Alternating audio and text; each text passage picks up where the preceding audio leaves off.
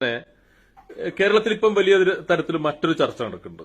ഒരു വിഭാഗം വ്യാജ പ്രചാരണങ്ങൾ അല്ലെങ്കിൽ ഒരു വിഭാഗീയത സൃഷ്ടിക്കാൻ ഉദ്ദേശിച്ചിട്ടൊക്കെയാണ് ഇത് ചെയ്യുന്നത്. പക്ഷേ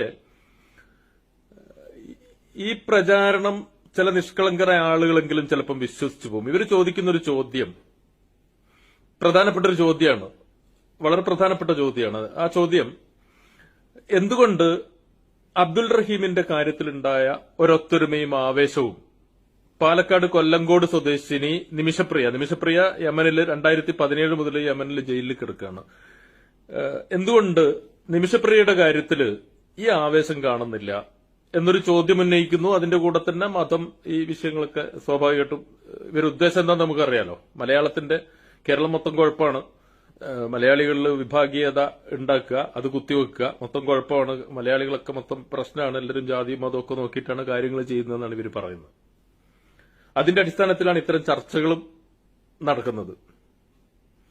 ഇത് വളരെ ചുരുക്കി ഈ കാര്യമൊന്ന് മനസ്സിലാക്കണമെങ്കിൽ ഈ രണ്ട് കേസുകളുടെയും മെറിറ്റ് പഠിക്കണം. എന്താണ് അബ്ദുൾ റഹീമിന്റെ കേസ് എന്ന് നമുക്കറിയാം. അബ്ദുൾ റഹീം വീട്ടിൽ ജോലി ചെയ്യായിരുന്നു. ഈ അറബിയുടെ ഈ കുട്ടിയെ അബദ്ധത്തിൽ ഈ കഴുത്തിൽ ഇത് തട്ടിട്ട് കുട്ടി മരിക്കുന്നു. റഹീം അതിൽ ചെയ്ത തെറ്റ് അവിടുത്തെ കോടതിയും പോലീസൊക്കെ കണ്ടെത്തൊരു തെറ്റുണ്ട്. അത് തെറ്റ് തന്നെയാണെന്ന് നമ്മൾ നേരത്തെ പറയുകയും ചെയ്തു. കാരണം കുട്ടി മരിച്ചു അല്ലെങ്കിൽ ബോധരഹിതനായിട്ട് കിടക്കുന്നു എന്ന് അറിഞ്ഞപ്പോൾ പോലീസ് സ്റ്റേഷനിൽ ഹോസ്പിറ്റലിൽ എത്തിക്കുന്നതിന് പകരം ഒരു കള്ളക്കഥ ഉണ്ടാക്കി അത് അതിന്റെ വഴിക്ക് പോട്ടെ, അതൊക്കെ തീരുമാനമായി. ഇനി നമുക്ക് എങ്ങനെയും അബ്ദുൾ റഹീമിനെ നാട്ടിലെത്തിക്കുക എന്നുള്ളതാണ്. അതേസമയം നിമിഷപ്രിയയുടെ കേസിലേക്ക് വന്നു കഴിഞ്ഞാൽ നിമിഷപ്രിയ യമന്റെ തലസ്ഥാനമായ സനയില് അവിടെ ഒരു ക്ലിനിക്കിൽ ജോലി ചെയ്യാണ്. അവിടെ ജോലി ചെയ്തുകൊണ്ടിരിക്കുമ്പം ഇവർക്ക് തലാൽ അബ്ദു മഹദി എന്ന് പറയുന്ന ഒരു യുവാവുമായിട്ട് ഇവർ വലിയ അടുപ്പത്തിലാവുന്നു. ആ യുവാവ് തലാൽ അബ്ദു മഹദി പുതിയൊരു ക്ലിനിക്ക് തുടങ്ങാൻ സാമ്പത്തിക സഹായം ചെയ്യാം എന്ന് നിമിഷപ്രിയക്ക് ഉറപ്പ് കൊടുക്കുന്നു. നിമിഷപ്രിയയും ഇയാളും ഒരു നല്ല സുഹൃത്തുക്കളായിരുന്നു, വളരെ അടുത്ത ബന്ധം ഉണ്ടായിരുന്നു. ഒരുപാട് കാലം വളരെ അടുത്ത ബന്ധം നിലനിർത്തിപ്പോവുകയും ചെയ്ത ആളുകളാണ്. പിന്നെ ഇവർ തമ്മിൽ തെറ്റുന്നു. അതിനുള്ള കാരണം നിമിഷപ്രിയ പറയുന്ന പോലെ പൈസ തരാണ്ട് പറ്റിച്ചു. പിന്നെ ഇയാളുടെ ഭാര്യയാവാൻ നിർബന്ധിക്കുന്നു. ഇയാളുടെ ഭാര്യയാവണം എന്ന് അയാൾ നിർബന്ധിക്കുന്നു. അതിന് നിമിഷപ്രിയ തയ്യാറല്ല. അങ്ങനെ ഇവര് തമ്മിൽ പ്രശ്നം ഉണ്ടാവുന്നു. ഫ്ളാറ്റിൽ വെച്ചിട്ട് നിമിഷപ്രിയയുടെ സുഹൃത്ത് ഹനാൻ എന്ന് പറയുന്ന ഒരു യുവതിയും ചേർന്ന് 2017 സംഭവം. യുവതിയും ചേർന്ന് ഇയാളെ അമിതമായ അളവിൽ മയക്കുമരുന്ന് കുത്തിവെച്ച് കൊലപ്പെടുത്തുന്നു. കൊല്ലാൻ ഉദ്ദേശിച്ചിട്ട് മയക്കുമരുന്ന് അമിതമായ അളവിൽ കുത്തിവെച്ചതാണോ എന്നൊന്നും നമുക്കറിയില്ല. ഇതിന്റെ അളവിനെ കുറിച്ചൊക്കെ ഒരു നഴ്സ് എന്നുള്ള നിലക്ക് ഇവർക്കറിയോ എന്നുള്ള എത്രത്തോളം അതിൽ അജ്ഞതയുണ്ട് അല്ലെങ്കിൽ എത്ര അളവ് ഇതൊന്നും നമുക്കറിയില്ല. ഇത് ഇനി നിമിഷപ്രിയ തന്നെയാണ് അതുമായിട്ട് ബന്ധപ്പെട്ട കാര്യങ്ങൾ വിശദീകരിക്കേണ്ടത്. പക്ഷേ ഇയാൾ മരിക്കുകയും ഇയാളുടെ ബോഡി ഇവര് അതേ കെട്ടിടത്തിലുള്ള ഒരു വാട്ടർ ടാങ്കിൽ കൊണ്ട് ഒളിപ്പിക്കുകയും ചെയ്യുന്നു.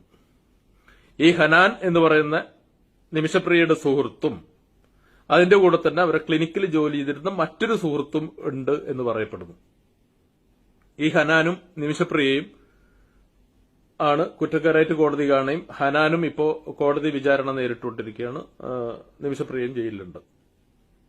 ഈ ബോഡി ഒളിപ്പിക്കുന്നു. ഇയാളുടെ തിരോധാനം ചർച്ചയാവുന്നു, അന്വേഷണം നടത്തുന്നു. പോലീസ് ഇയാളുമായിട്ട് ബന്ധമുള്ള ആളുകൾ, അവസാന ദിവസങ്ങളിൽ ബന്ധപ്പെട്ട ആളുകളെ കുറിച്ച് അന്വേഷിക്കുന്നു. നിമിഷപ്രിയ അറസ്റ്റിലാവുന്നു. ഇയാളുടെ ബോഡി കണ്ടെത്തുന്നു. ഇവരുടെ ഫ്ളാറ്റിന്റെ മുകളിലത്തെ വാട്ടർ ടാങ്കിൽ നിന്ന് ബോഡി കണ്ടെത്തുന്നു. നിമിഷപ്രിയ അറസ്റ്റിലാവുന്നു. ഓക്കെ, അതെന്തോ ആവട്ടെ, അത് കോടതി തീരുമാനിക്കുന്നു, കോടതിയിൽ ഉത്തരവിടുന്നു, വധശിക്ഷ വിധിക്കുന്നു. അതൊക്കെ വേറൊരു കാര്യം. അതേസമയം എന്തുകൊണ്ട് അബ്ദുൾ റഹീമിന്റെ കാര്യത്തിൽ ഉണ്ടായതുപോലുള്ള ഒരു ഇടപെടൽ ഇക്കാര്യത്തിൽ ഉണ്ടാവുന്നില്ല എന്നുള്ളതാണല്ലോ പ്രധാന ചോദ്യം. നമുക്കറിയാം 18 വർഷമായിട്ട് അബ്ദുൾ റഹീം ജയിലിൽ കിടക്കുകയാണ്. ഇപ്പോഴാണ് മോചനത്തിനുള്ള വഴിയൊരുങ്ങുന്നത്. എന്തായാലും 18 വർഷമായിട്ടില്ല നിമിഷപ്രിയയുടെ വിഷയം. 2017 അതിന്റെ പകുതി വർഷങ്ങളെ ആയിട്ടുള്ളൂ. ഒന്ന്. രണ്ടാമത്തെ കാര്യം, സൗദിയിലുള്ളതുപോലെ ഒരു ഈസി ആക്സസ് ഇടപെടാനില്ല യമനിൽ. കാരണം യമനിൽ വർഷങ്ങളായിട്ട് വലിയ ആഭ്യന്തര സംഘർഷം നടന്നുകൊണ്ടിരിക്കുകയാണ്. യുദ്ധസമാനമായ സാഹചര്യമാണ്. ഇടയ്ക്ക് യുദ്ധം ഉണ്ടാവുന്നു, ആക്രമണം ഉണ്ടാവുന്നു, ഒരുപാട് പ്രശ്നമുണ്ട്. എംബസികൾ വലിയ രീതിയിൽ പ്രവർത്തിക്കില്ല, നിയമസഹായം കൃത്യമായിട്ട് എത്തിക്കാൻ പറ്റുന്നില്ല, എംബസിക്കോ കേന്ദ്ര ഗവൺമെന്റിനോ ഇടപെടാൻ പറ്റുന്നില്ല. കാര്യങ്ങൾ ഈ പറഞ്ഞതുപോലെയൊന്നുമല്ല. കാരണം സേവ് നിമിഷപ്രിയ എന്ന് പറഞ്ഞിട്ട് വളരെ ആക്റ്റീവായിട്ടൊരു സമിതി പ്രവർത്തിക്കുന്നുണ്ട്. യൂസഫ് അലി ഉൾപ്പെടെയുള്ള MA യൂസഫ് അലി ഉൾപ്പെടെയുള്ള ആളുകൾ ഇതിൽ സജീവമായിട്ട് ഇടപെടുന്നുണ്ട്. നയതന്ത്ര തലത്തിൽ പോലും ഇടപെടുന്നുണ്ട്. കാര്യങ്ങളൊക്കെ പുരോഗമിക്കുന്നുണ്ട്, ചർച്ചകൾ നടക്കുന്നുണ്ട്.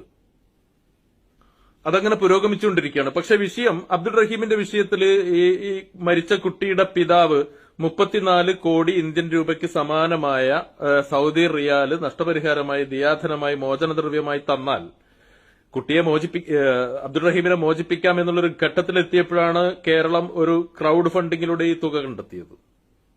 ആ ഒരു തലത്തിലേക്ക് നിമിഷപ്രിയയുടെ കേസ് എത്തിയിട്ടില്ല.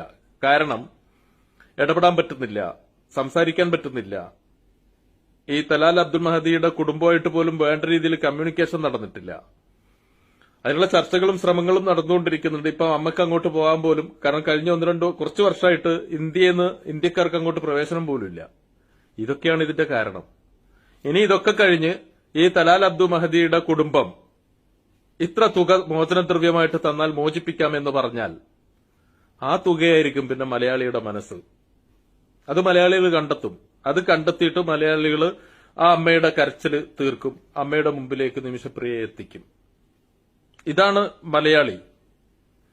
അതിനു പകരം ഈ കേസിനെ കുറിച്ചൊന്നും പഠിക്കാതെ ഒരു അബ്ദുൾ റഹീമിനെ മോചിപ്പിച്ചു, അത് അയാൾ മുസ്ലിം ആയതുകൊണ്ടാണ്, എന്തുകൊണ്ട് നിമിഷപ്രിയയുടെ കാര്യത്തിൽ ഉണ്ടാവുന്നില്ല എന്നൊക്കെ പറഞ്ഞിട്ട് ഈ കേസിനെ കുറിച്ച് ഒരു അക്ഷരവും പറയാതെ അവിടെ ഇവിടെ ഇരുന്നിട്ട് ഇങ്ങനെ ഇതൊന്നും പഠിക്കാതെ നിങ്ങൾ ചെയ്യുന്നത് എന്താണെന്ന് എല്ലാവർക്കും അറിയാം. ഉത്തരേന്ത്യയിലൊക്കെ നടത്തുന്നത് പോലെ സമൂഹത്തിനിടയിൽ